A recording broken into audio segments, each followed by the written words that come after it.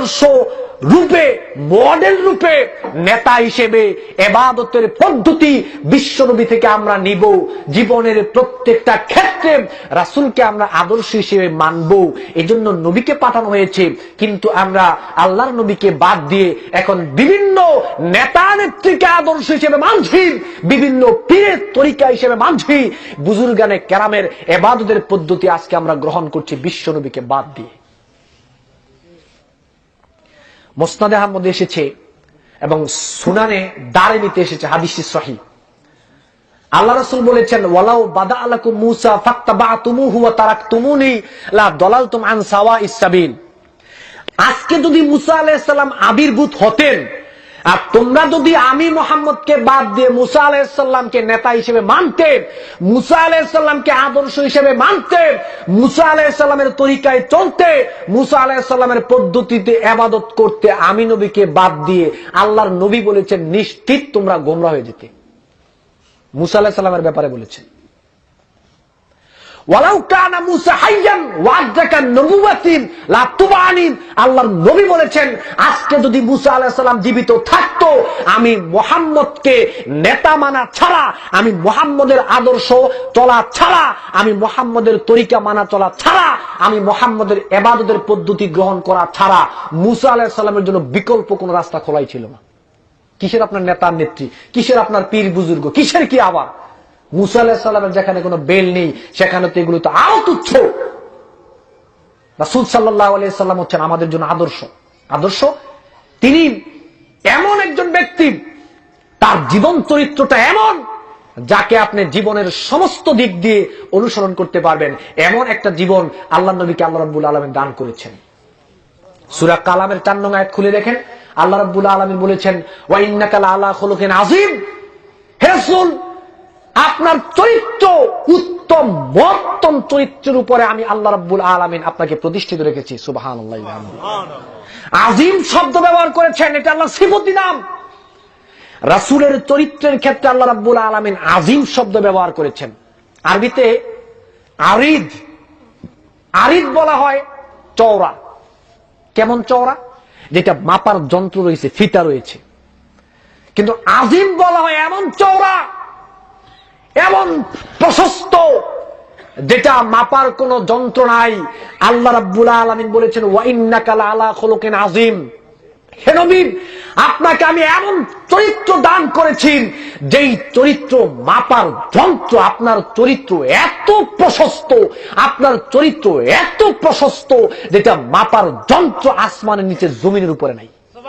এমন চরিত্র আল্লাহ রাব্বুল আলামিন আল্লাহর রাসূলকে দান করেছেন। তারপরেই তো আমাদেরকে বলা হয়েছে এখন তোমরা রাসূলকে আদর্শ হিসেবে মানো। আয়েশা রাদিয়াল্লাহু তাআলা আনহাকে জিজ্ঞেস করা হয়েছিল রাসূলের চরিত্র সম্পর্কে, মুসনাদ আহমদে এসেছে। আয়েশা রাদিয়াল্লাহু তাআলা আনহা বললেন, কানা খুলুকাহুল কোরআন। এই গোটা কোরআনটাই হচ্ছে বিশ্বনবীর চরিত্র। সুবহানাল্লাহ।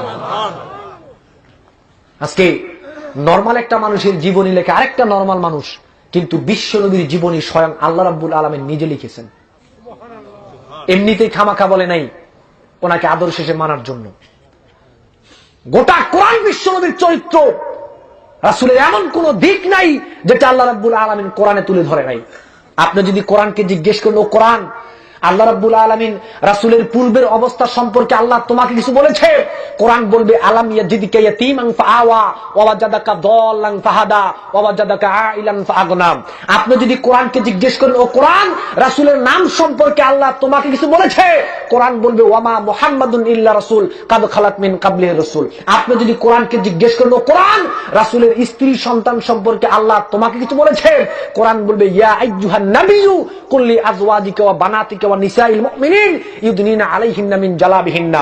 আপনি যদি কোরআনকে জিজ্ঞেস করেন, কোরআন, রাসূল যে কথা বলতেন এই কথা সম্পর্কে আল্লাহ তোমাকে কিছু বলেছে? কোরআন বলবে, মা ইয়ানতিকু আনিল হাওয়া ইন হুয়া ইল্লা ওয়াহয়ু ইউহা।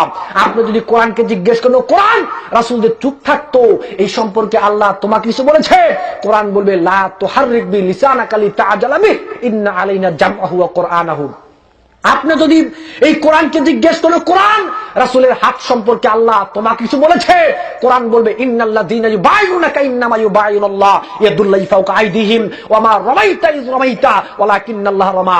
আপনি যদি কোরআনকে জিজ্ঞেস করেন, কোরআন রাসূল কি দিয়া ঘুমাইতো, কোরআন বলবে ইয়া আইয়ুহাল মুযাম্মিলু কুমিল লাইলা ইল্লা কলিলা নিসফাহু আও ইনকুস মিনহু কলিলা। আপনি যদি কোরআনকে জিজ্ঞেস করেন, কোরআন রাসূল যে শহরে থাকতো ওই শহর সম্পর্কে আল্লাহ তোমাকে কিছু বলেছে, কোরআন বলবে লা উকসিমু বিহাযাল বালাদ ওয়া আনতা হিল্লুম বিহাযাল বালাদ ওয়া হাযাল বালাদিল আমিন। আপনি যদি কোরআনকে জিজ্ঞেস করেন, কোরআন রাসূলকে কি স্বরূপ পৃথিবীতে পাঠানো হয়েছে, কোরআন বলবে ওয়া মা আরসালনাকা ইল্লা রাহমাতাল লিল আলামিন ওয়া মা আরসালনাকা ইল্লা কাফাতাল লিন-নাসি বাশীরা ওয়া নাযীরা ইয়া আইয়ুহান নাবিয়্যু ইন্না আরসালনাকা শাহিদাও ওয়া মুবাশশিরা ওয়া নাযীরা ওয়া দাঈয়ান ইলাল্লাহি বিইذনি ওয়া সিরাজাম মুনিরা। আপনি যদি কোরআনকে জিজ্ঞেস করেন, কোরআন রাসূল কি স্বরূপ পৃথিবীতে এনেছেন, রাসূল মানুষের জন্য কি কামনা করতেন, কোরআন বলবে লাকাদ জাআকুম রাসূলুম মিন আনফুসিকুম আজিজুন আলাইহি মা আনিতুম হারিস। আপনি যদি কোরআনকে জিজ্ঞেস করেন, কোরআন রাসূলকে পৃথিবীতে কেন পাঠানো হয়েছে, কোরআন বলবে হুয়াল্লাযী আরসালা রাসূলাহু বিল হুদা ওয়াদ দীনিল হাক্কি লিইয়ুযহিরাহু আলাদ দীনি কুল্লি। বলেন সুবহানাল্লাহ। গোটা কোরআন বিশ্বনবীর জীবন, গোটা কোরআন বিশ্বনবীর জীবন, গোটা কোরআন বিশ্বনবীর চরিত্র। এই চরিত্র আল্লাহ রাব্বুল আলামিন নবীকে দেওয়ার পরেই তো বলেছে সবার জন্য আদর্শ। মানি নবীকে আমরা আদর্শ হিসেবে? মানি আমরা সবাই? মানি না। রাসূলকে আদর্শ হিসেবে মানি না আমরা।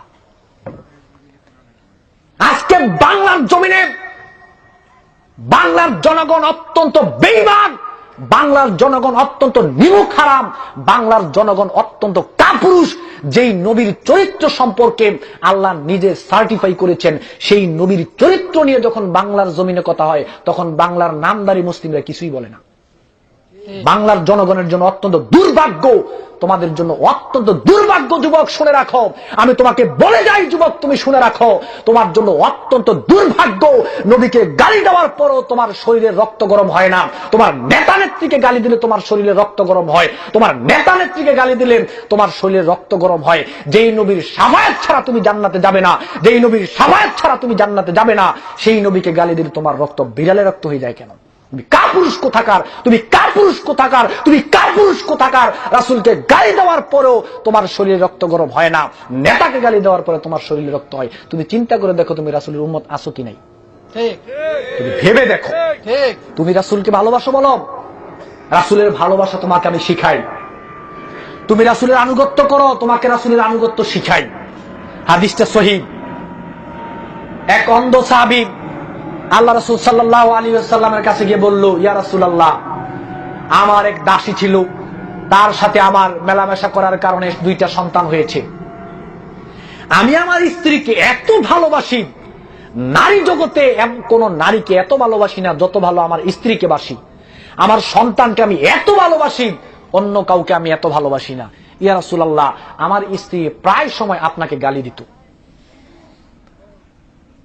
সেদিন সে গালি দিয়েছে, আমি নিষেধ করেছি, সে আমার শুনে নাই।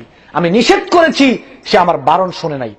ইয়া রাসূলুল্লাহ, আমি একটা কোদাল নিয়ে তার পেটের উপরে চড়ে বসে একেবারে কোদাল দিয়ে আমি তাকে দ্বিখণ্ডিত করে দিয়েছি। ইয়া রাসূলুল্লাহ, আমার স্ত্রীকে আমি এত ভালোবাসি, নারী জগতে আমি কাউকে এত ভালোবাসি না। আমার স্ত্রীকে আমি এত ভালোবাসি, নারী জগতে আমি কাউকে এত ভালোবাসি না। আমি চাইতাম না আমার সন্তান মাহারা হোক, আমি চাইতাম না আমার সন্তান মাহারা হোক, কিন্তু ইয়া রাসূলুল্লাহ, সে আপনাকে গালি দিয়েছে, আমি তাকে একেবারে দ্বিখণ্ডিত করে রেখে এসেছি। কাপুরুষ কোথাকার! তুমি দাবি করো কিভাবে তুমি রাসূলের উম্মত? তোমার নেতা নেত্রীকে গালি দিলে তোমার শরীরে আগুন জ্বলে যায়, তুমি বিশ্ব নবীকে গালি দেওয়ার পরে তুমি বিড়াল হয়ে যাও কেন? দেখি পরকালে রাসূল তোমাকে শাফায়াত করে কিনা। এত সোজা নয়। সহিহ বুখারী মুসলিমে এসেছে, লা ইউমিনু আহাদুকুম হাত্তা আকুনা আহাব্বা ইলাইহি মিন ওয়ালিদিহি ওয়া ওয়ালাদিহি ওয়ান নাসি আজমাইন। ততক্ষণ পর্যন্ত আপনি ঈমানদার হতে পারবেন না যে পর্যন্ত না পৃথিবীর সমস্ত মানুষ থেকে, এমনকি পিতামাতা থেকেও সবচেয়ে বেশি ভালো আপনি নবীকে না বাসবেন, ততক্ষণ ঈমানদার হতে পারবেন না। তাহলে আপনাকে পরীক্ষা করি আপনি ঈমানদার কিনা। নেতাকে গালি দিলে যদি আপনার শরীরে লাগে, পিতামাতাকে গালি দিলে যদি আপনার শরীরে লাগে, তাহলে তাদের তুলনায় বিশ্বনবীকে গালি দিলে কতটুকু লাগা দরকার? অনেক বেশি না? কিন্তু বিশ্বনবীকে গালি দিলে যদি আপনার গায়ে না লাগে, আর নেতাকে গালি দিলে যদি আপনার গায়ে লাগে, বুঝতে হবে আপনি ঈমানদার না। হাদিস বুখারী মুসলিমের, দেখি আপনি পারলে উল্টান। হাদিস বুখারী মুসলিমের। রাসূল হচ্ছেন আমাদের জন্য আদর্শ। একেবারে একটা ফকির থেকে শুরু করে প্রধানমন্ত্রী পর্যন্ত সবার জন্য বিশ্বনবী আদর্শ। এরকম নয় যে শুধু হুজুরদের জন্য আদর্শ আর বাকি সবাই রাসূলকে ভুলে যাবে, এরকম নয়। ওয়ামান নাবিউকা প্রশ্নের জবাব যদি আপনি দিতে চান, আপনি প্রধানমন্ত্রী হয়েছেন সেটা আমার দেখার ব্যাপার নয়, আপনি বড় আলেম হয়েছেন সেটা আমার দেখার ব্যাপার নয়। প্রত্যেকটা মানুষের জন্য আল্লাহর রাসূল হচ্ছেন আদর্শ। ওমান নাবিউকা প্রশ্নের জবাব দিতে চাইলে অবশ্যই আপনার নেতা হতে হবে বিশ্বনবী, অবশ্যই আপনাকে তরিকা চলতে হবে বিশ্বনবীর, কোন পীরের তরিকায় চলা যাবে না, ইবাদত করতে হবে বিশ্বনবীর পদ্ধতিতে, আদর্শ হতে হবে বিশ্বনবী। এর বাহিরে যদি আপনি চলে যান, আপনি ওমান নাবিউকা প্রশ্নের জবাব দিতে পারবেন না। আপনার মুসনাদে আহমদে এসেছে হাদিসটি সহিহ, যা রাজুলুন ইলান নবী সাল্লাল্লাহু আলাইহি সাল্লাম, এক লোক বিশ্বনবীর কাছে গিয়ে বলল, ইয়া রাসূলুল্লাহ আরাইতা রাজুলান মিনান নাসারা মুতামাসসিকান বিল ইনজিল ওয়া রাজুলান মিনাল ইয়াহুদ মুতামাসসিকান বিত তাওরাত। ইহুদি খ্রিস্টান তারা তো তাওরাত অনুযায়ী আমল করে, জাবুর অনুযায়ী আমল করে, ইনজিল অনুযায়ী তারা আমল করে। ইউমিনু বিল্লাহি ওয়া রাসূলিহি সুম্মা লাম ইয়াত্তাবি'কা, তারা আল্লাহর প্রতি ঈমান রাখে, রাসূলের প্রতি ঈমান রাখে, কিন্তু তারা আপনাকে নেতা হিসেবে মানে না, আপনাকে আদর্শ হিসেবে মানে না, আপনার আনুগত্য তারা চলে না, আপনার তরিকায় তারা চলতে চায় না, আপনার ইবাদতের পদ্ধতি তারা গ্রহণ করতে চায় না। এবার রাসূল সাল্লাল্লাহু আলাইহি সাল্লাম বললেন, মান সামি'a বি মিন ইয়াহুদিন আও নাসরানিয়িন সুম্মা লাম ইয়াত্তাবি'নি ফাহুয়া ফিন-নার। পৃথিবীর যে কোনো মানুষের কাছে যদি আমার দাওয়াত পৌঁছে থাকে, আমার কথা যদি তারা শুনে থাকে, আর আমার দাওয়াত পৌঁছানোর পরে সে যদি আমার প্রতি ঈমান আনেন, আর ঈমান আনার পরে যদি সে আমাকে নেতা হিসেবে না মানে, ঈমান আনার পরে যদি সে আমাকে আদর্শ হিসেবে না মানে, ঈমান আনার পরে যদি সে আমার তরিকায় না চলে, ঈমান আনার পরে যদি আমি নবীর পদ্ধতিতে সে ইবাদত না করে, ফাহুয়া ফিন-নার, সে যত বড় ব্যক্তি হোক না কেন তার থাকার জায়গা জাহান্নাম, তার থাকার জায়গা জাহান্নাম।